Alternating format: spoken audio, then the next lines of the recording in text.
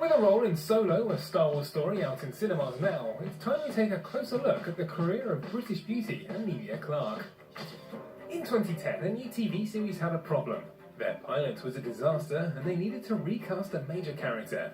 The show was Game of Thrones, and the role of Daenerys Targaryen went to British actress Emilia Clarke, who was soon a fan favourite in the epic fantasy tale. I was growing up on Lord of the Rings, so I was read that as a child, and lots of other kind of fantastical, imaginative stories. So I was brought up on stories, and as an actor, that's what I love. Born in London, Emilia grew up around the theatre, where her father was a sound engineer. She dreamed of a career in performing from a young age, and now at last, acting was her life. The biggest part, the most enormous part in my life is pretty much unrecognisable to what it was before this. So yeah, it's probably, I can safely say, the biggest thing going on in my life at the moment. In the final episode of the first season, Clarke really came into her own, with a scene that the writers of the show, David Benioff and D.B. Weiss, were afraid might doom them all. Emilia's performance, which is dead center in the middle of all of it, and is really, was probably the single most frightening element in terms of performance for us, in terms of the whole season. Just that we knew it was going to be the end of the season. We knew that if that moment didn't feel transcendent and real, that the whole finale would fall flat, and she more than pulled it off.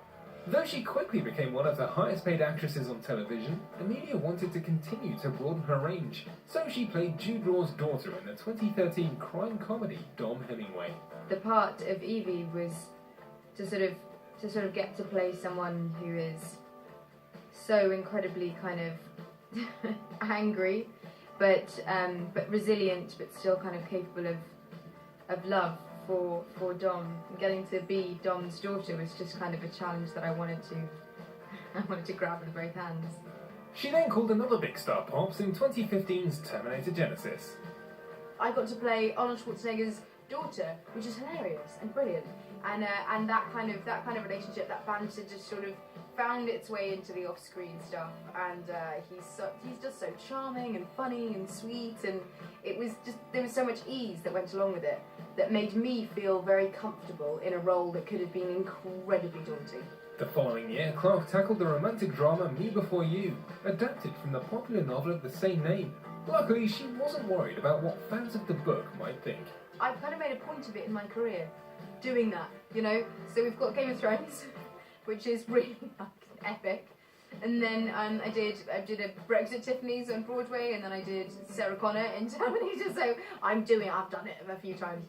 And weirdly with this was the first time that I read the book first, knowing that I was hopefully going to play the role, and I was reading it thinking, I don't feel that pressure because I know exactly who this girl is. And 2018 found her trading her dragons in for Wookiees as she took a trip to a galaxy far, far away in Solo, a Star Wars story, on which we'll see more about later. On set, the cast became a tightly knit group. We're all really close. There's not an ego amongst us, really. I mean, Chewie, but we'll get into that.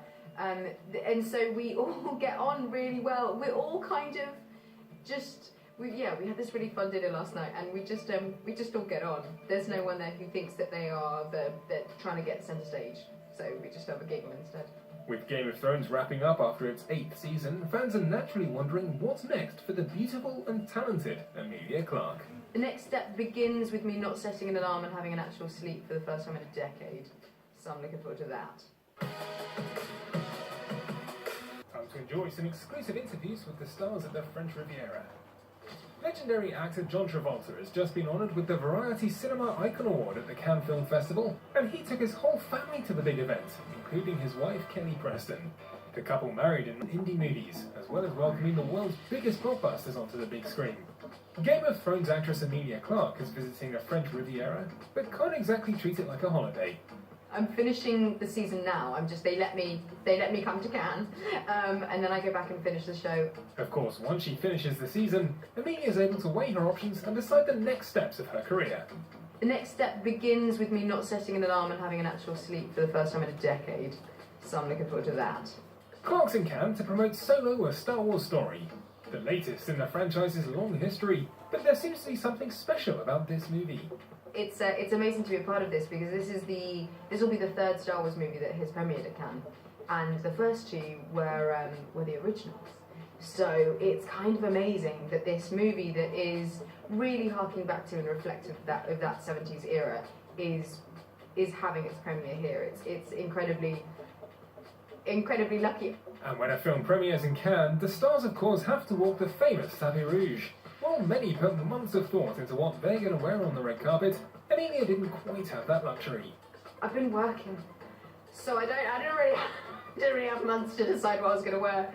I'm very happy with the dress that I'm wearing this evening. Put it that way. Of course, she looked stunning, and fans loved her brand new movie Solo: A Star Wars Story, which hit cinemas around the world at the end of May.